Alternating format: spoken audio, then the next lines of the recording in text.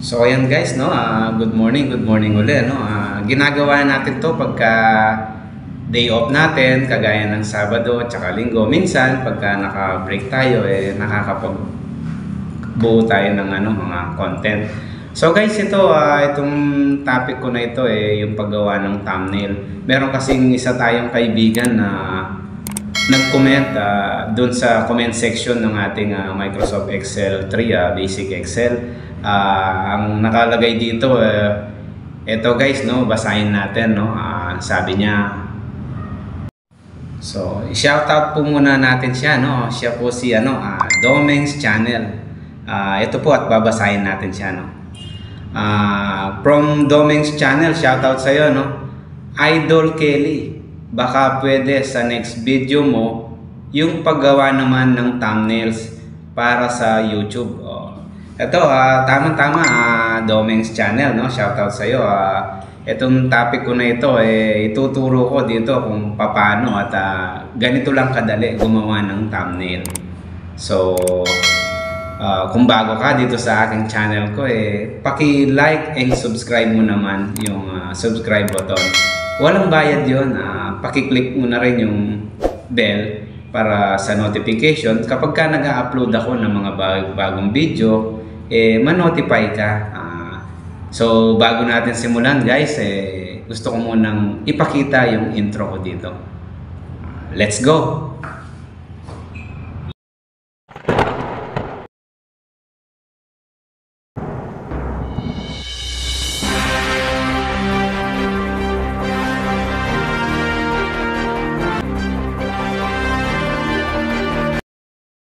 Guys, no, nandito tayo ngayon sa CapCut. Mag-a-add tayo ng overlay.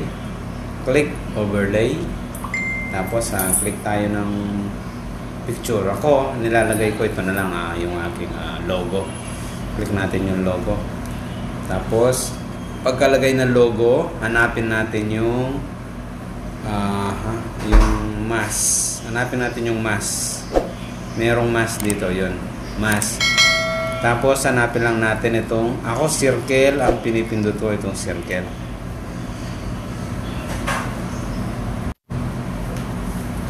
So ayan guys, no, pinili natin yung mask na bilog. Tapos gusto nyo ilagay lang natin to, yan, no. Gamitin yung dalawang daliri. Pagkatapos mong, kung okay na sa'yo yan, i-click mo lang itong check. Katapos, ilagay mo siya sa pwesto. Usually ako naglalagay ako dito sa bandang kanan guys. Kasi dito sa bandang kanan, kapag ka nasa thumbnails na sila, yung oras, yung haba o yung length ng video mo usually nandito siya sa right corner, sa lower. Kaya dito ko nilalagay yung image. Pagkatapos nun, kapag okay na yung guys, balik ulit tayo dito sa i-back natin siya.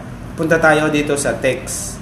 Halimbawa, maglalagay tayo ng title. Click lang natin yung add text. Add text. Yan, tapos i-type natin. Halimbawa, tutorial.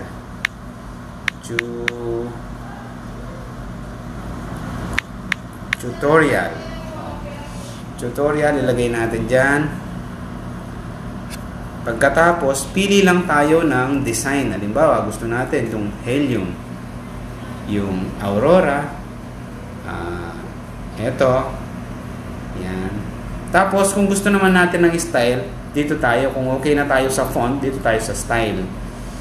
Anong style ang gusto natin? Ito, letter T. Yan, no? Kung alin ang gusto natin. Pili lang tayo dito, guys. Mas maganda, contrast yung ilalagay natin na color para makikita siya. Yan, no? Pwede rin yan. Simple lang.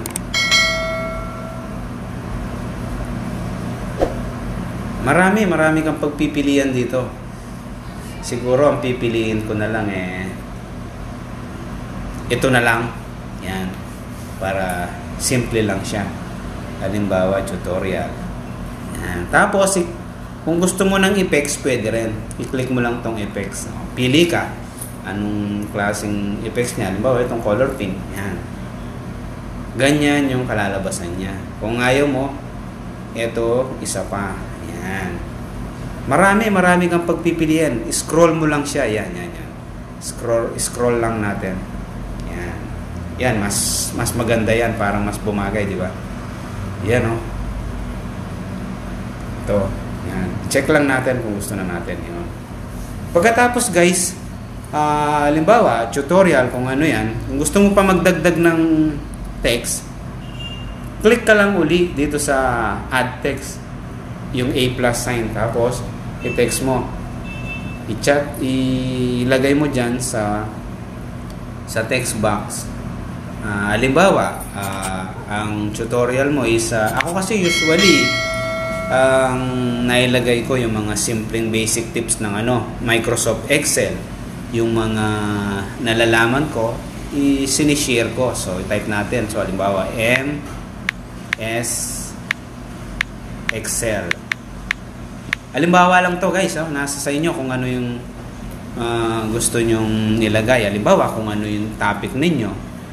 Diba? Tapos, i-check lang natin yung click check. Yon. Okay. Tapos, kung gusto natin maglagay ng logo, ibalik natin siya. Dito tayo sa add overlay uli. Click add overlay. Tapos, click natin uli, mag-add tayo ng overlay. O, hanap tayo ng logo. Halimbawa, ito. Meron akong logo, ito yung nakalagay. So, ito ang ilalagay ko na logo. Kasi ito yung aking na-download. Pwede natin siyang liitan, guys. Yan, ganyan. Pwede rin naman natin siyang lakihan. Yan. Kayo nang bahala mag-decide kung saan nyo siya gustong ilalagay. So, ayan guys, no? Ilalagay natin to, no? Yung logo, no? Ganyan lang siya, guys. Ganyan lang siya kasimple. Tapos, i-save lang natin siya. Ganun lang siya. Tapos na. I-click lang natin yung yung X. Kusa na siyang magse-save nun. Yan. Yan, no? Tapos, kung gusto natin buksan uli, nandito lang siya. Sa CapCut. Click lang natin uli. Ayun, no? Yan, no? Meron ka ng bagong thumbnails. Yan, no?